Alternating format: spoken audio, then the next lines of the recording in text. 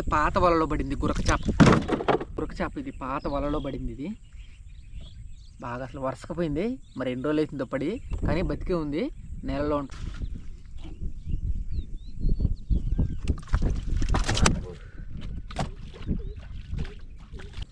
లేవదు నాయన, చూసారు ఎంత ఉందో. నోరు తెరిచిద్ది చూడండి, నోరు బతికే ఉంది. నోట్లో చెయ్యి కానీ ఏలు కానీ పెట్టామంటే అంతే మర్చిపోవటమే. మనం గుచ్చే చిప్పలన్నీ, పెద్ద పెద్ద చిప్పలన్నీ అసలు ఇలాగే తినేసిద్ది అనమాట. హలో ఫ్రెండ్స్, ఎలా ఉన్నారు? నేనైతే చాలా బాగున్నాను. మనం ఎప్పటిలాగానే కృష్ణానదిలోకి అయితే వచ్చాం అనమాట. కృష్ణానదిలో నీళ్లు తగ్గుతూ ఉండటంతో ఒక్కోసారి మళ్ళీ వర్షాలు, తెలంగాణలో వర్షాలు పడటం వల్ల అట్లా లైట్గా పెరగటం, అట్లా లైట్గా తగ్గటం వల్ల చేపలు అలికిడి మీద చేపలు అయితే పడటం లేదు. చాలామంది ఇసురు వాళ్ళు వేస్తున్నారు, వలలకైతే పడతలేదు. అయితే నేను గాలాలు కట్టాను. ఆ గాలాల్లో మనకి ఎలాంటి చేపలు అయితే పడ్డాయో చూడాలి. నేను అయితే చిన్న చిన్న చేపలు కుట్లుగా పెట్టాను అనమాట. అంటే ఎక్కువగా వాలిగి చేపలు, కొరమేండ్లు, పూమేండ్లు, జల్ల చేపలు పడే అవకాశం ఉంటుంది. చూద్దాం మనకి గాలాల్లో ఎలాంటి చేపలు అయితే పడ్డాయో చూద్దాం. చూస్తూనే ఉండండి. కృష్ణానదిలో చేపలు పడుతున్నప్పుడు నాకు పడిన చేపల గురించి అయితే మీతో పంచుకుంటున్నాను. నా ఛానల్ని అయితే సబ్స్క్రైబ్ చేసుకోండి. మనం ఒక్కొక్క గాలం చూసుకుంటూ వెళ్ళిపోదాం. పడ్డాయి అంటే మాత్రం పెద్ద పెద్ద చేపలు పడతాయి, వాలగి చేపలు, పెద్ద చేపలు పడే అవకాశం ఉంటుంది. మొత్తం ఏమేమి చేపలు పడ్డాయని అయితే లాస్ట్లో మీకైతే చూపిస్తాను. వీడియో లాస్ట్ వరకు చూడండి. మనం లేట్ చేయకుండా వెళ్ళిపోదాం. ఓకే, చూస్తూనే ఉండండి. ఇక్కడైతే పాత వలలో సిప్ప పడింది, గురక చేప పాత వలలో పడింది. పాత వలలో పడి కొట్టుకుంటుంది ఇది.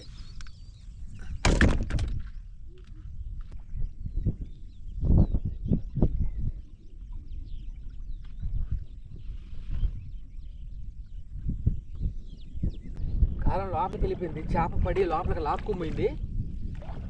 చాలా జాగ్రత్తగా తీయాలి. ఇక్కడైతే ఒక బాటిల్ కట్టాను, ఆ బాటిల్ అంతా లాగి పారినవుతుంది. చేప అయితే పడింది, కాకపోతే అది ఏదో చెట్టుకి అక్కడ గుచ్చుకొని గుద్దుకొని ఉంది అనుకుంటున్నాను నేనైతే.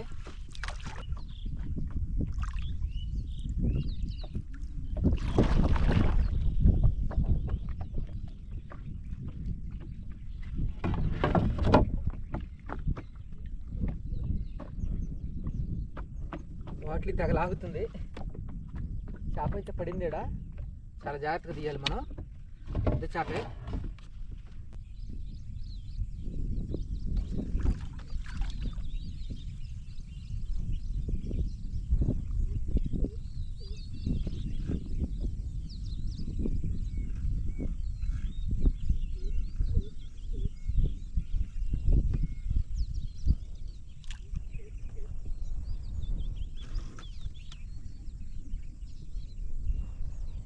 దీన్ని ఆడించాలట, దానికి అలుపు రావాలి, లేకపోతే మాత్రం ఒక బుద్దుకొని వెళ్ళిపోయింది.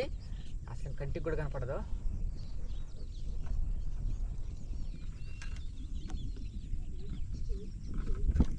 అట్లా ఏ కంప లేదు, లేకపోతే కంపకు చుట్టుకొని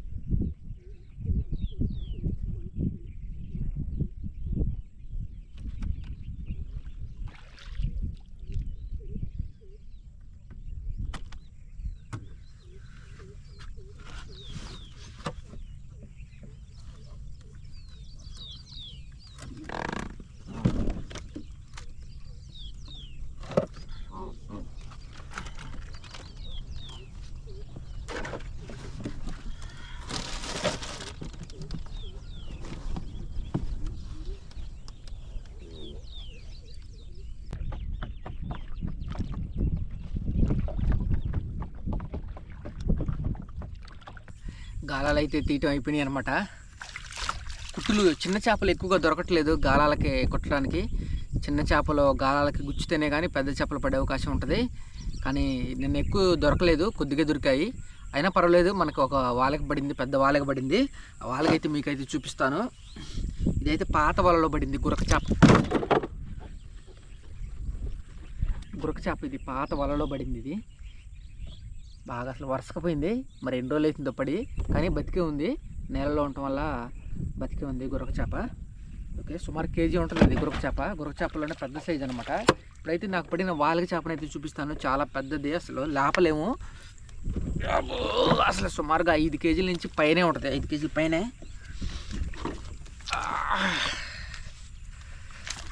చూసారు కడుతుందో, లేవట్లేదు, బతికే ఉంది. చచ్చిపోయి తప్పించుకుందంటే మాత్రం లేవదు. నాయన చూసారు కడుతుందో, ఆమె నోరు తెరిచిద్ది చూడండి. నోరు బతికే ఉంది. నోట్లో చెయ్యి కానీ ఏలు కానీ పెట్టామంటే అంతే మర్చిపోవటమే. మనం గుచ్చే చిప్పలన్నీ, పెద్ద పెద్ద చిప్పలన్నీ అసలు ఇలాగే తినేసిద్ది అనమాట. పెద్ద వాలకి చేప.